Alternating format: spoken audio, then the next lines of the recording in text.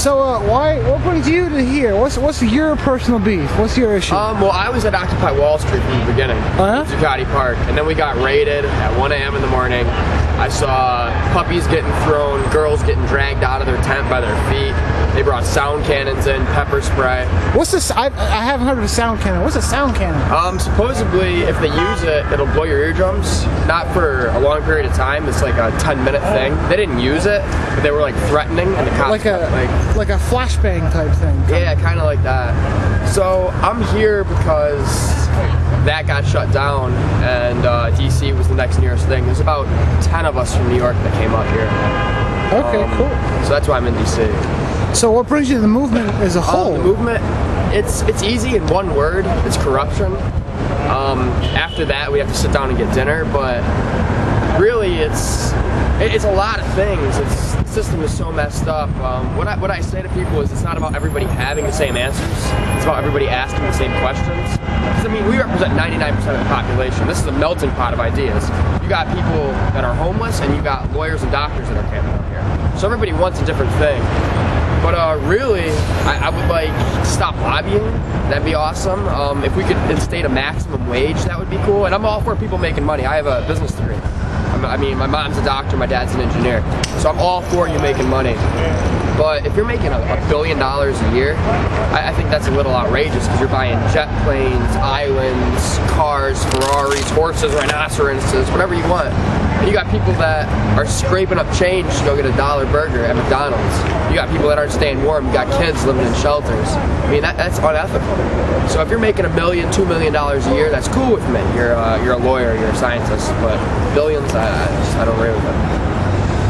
Mark Zuckerberg, just to be a contrarian for a minute. Okay. He made a few $1 billion, and he's agreed to do the Warren Buffett thing, give most of his money away once he dies. Right. And the rest of he's going to invest in business, you know, make it big, grow, make more money, get people jobs, all that stuff.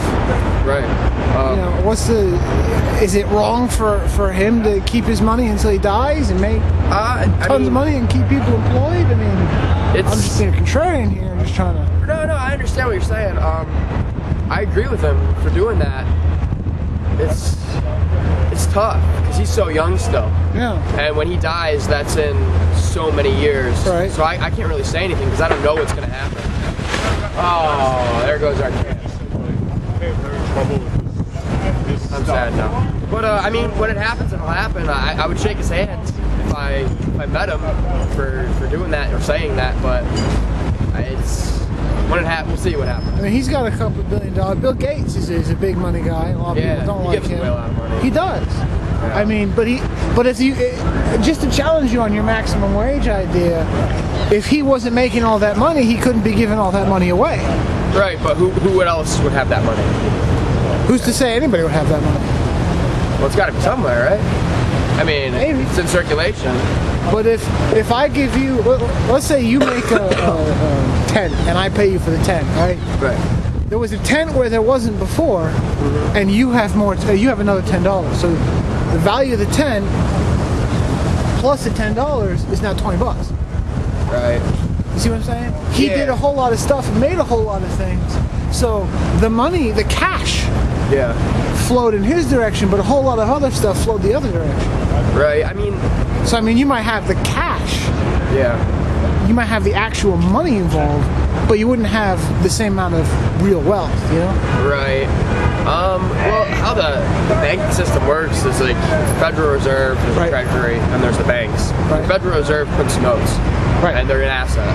Then it goes to the Treasury, and they buy the notes. Right. So they're a liability. So right here it's an asset, right here it's a liability, and then it goes to the banks. And then like it's so messed up because it's an asset here, a liability here. We're losing 2% because we buy it for like I don't even know. Right? I think it's 2% is what they charge. So it's like we're just digging a hole. And I mean the money would be somewhere because they're gonna print it regardless. I don't know. I mean, it's hard to say. I'm just a kid living in a tent. I don't have all the answers. I'm here holding up peace signs, trying not to get beat up by police. All right. You know, can you tell me anything about corporate personhood? The last guy I talked to really didn't have an idea. Corporate personhood? Yeah, you were at the Zucotti Park thing. I heard a lot of talk about corporate personhood at Zucotti Park, but at Zucotti the big thing was when we re-elect our senators or our congressmen, right? Everybody should pay $50 in taxes. The first $50 should go into a fund, right? Okay. And that would eliminate. That's about, if you did the math, it's about $6 billion. Okay. For every person in America, $50. To go vote. And then that money would be used to donate to the congressmen, to the politicians. Whoever you wanted to vote for, whoever you supported, you could take that $50, it would be a note that you got or something, and you could donate it to them. And that way Coca-Cola couldn't come in, or BP couldn't come in. So what you're talking about is like a poll tax. Yeah, I want to take the money. It's legalized bribery is what we have right now. But what you're talking about with the $50 or whatever, it's like a poll tax. You pay when you go to the poll. You say, "Here's my $50. Now I'm going to vote." Yeah, here's my $50 for you to. And then in the next election, that $50 you could assign to whoever you wanted. You can assign what? Assign it to whoever you wanted. Yeah. So if you liked a candidate, you could pay your $50 towards him, and that way, if the candidate didn't have the people's support, right, he would have no money, so he would have no money to advertise. Therefore, no one would even know who he was. But isn't that kind of the way it works now? No, not at all. Because I heard there's like a limit on how much any individual or corporation can give to a candidate. Yeah, the limit's probably in the billions. I think it's like 12 grand. 12 grand? Yeah. That's it? That's it. As far as I know. I don't know if that counts for cars or trips, boats, maybe cash. But like actual campaign donations that they used to put on the air or whatever. Yeah, I'm not. And the rest of it, they have to report it, and a lot of it's illegal. Yeah. A lot of it's already illegal, and then if you get caught doing it, you end up going to jail. We gotta send some people to jail, man. I'm having camera envy. He's got this big old camera, and I got this tiny little thing. Hey, dude, it's all right. The little guys are the fighters, man. We're the scrappers. All right. Don't do the same thing. So, what's your primary issue? Corruption. What do you mean? What do you mean by corruption? Because a lot of people say corruption. Some people say, you know what, corruption is how the world works. A lot of people say, you know what, without corruption. Well, I'm kind of a hippie at heart. We gotta change everything. We gotta put solar panels on windows. We gotta make food production localized, so we can eliminate all the trucks, the gas. We need wind power, water power. Let me again be a contrarian, because a lot of people say, if you make it local, you lose the trucks like that big old loud Office Max truck in the back. Right. But it costs more because you're using smaller plots, so it costs more in gas to run your tractors and your farm equipment and everything else, because instead of one big machine, you got 6 or 7 smaller machines. Well, if we had me and him, we got our hands. I can grow enough food for me and him to live. And if everybody knew how to do that, we wouldn't need gas. We wouldn't need to be drilling, and we wouldn't need to be fracking. Well, that's the way it used to work in like 1776. Yeah. Everybody had just enough. Everybody, what was it? Who said this? I don't even remember. It might have been like Mill Freeman or something, but I don't know. Right. And he said 19 people used to grow enough food for 20 people.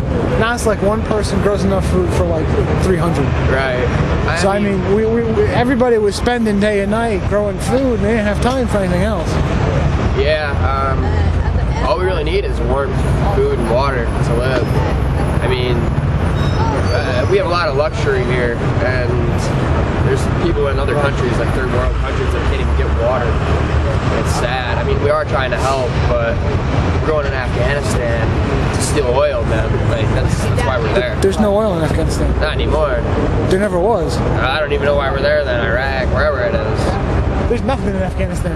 Not a damn thing. I'm pretty sure there's a lot of oil, isn't there? No. Really? No one. Afghanistan's a tribal country. No one's bothered to take over Afghanistan because it's just a bunch of mountains.